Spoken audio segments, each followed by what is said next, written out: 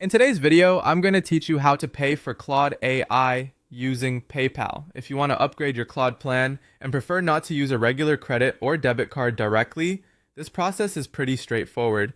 I'll walk you through exactly where to go and what to look for so you can complete the payment smoothly. Start by opening your browser and going to Claude.ai. Once you're signed into your account, look for your account menu, which is usually located in the lower left area of the screen or in the main profile section, depending on the current layout. Open that menu, then find and select the billing settings option.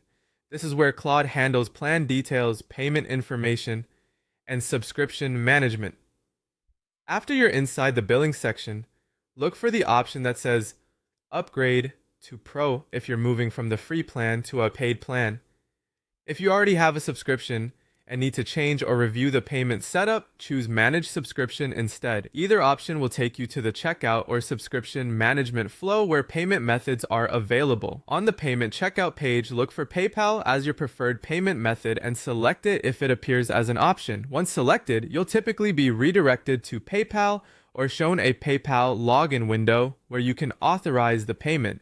From there, just follow the on-screen prompts to confirm the transaction and complete your subscription setup.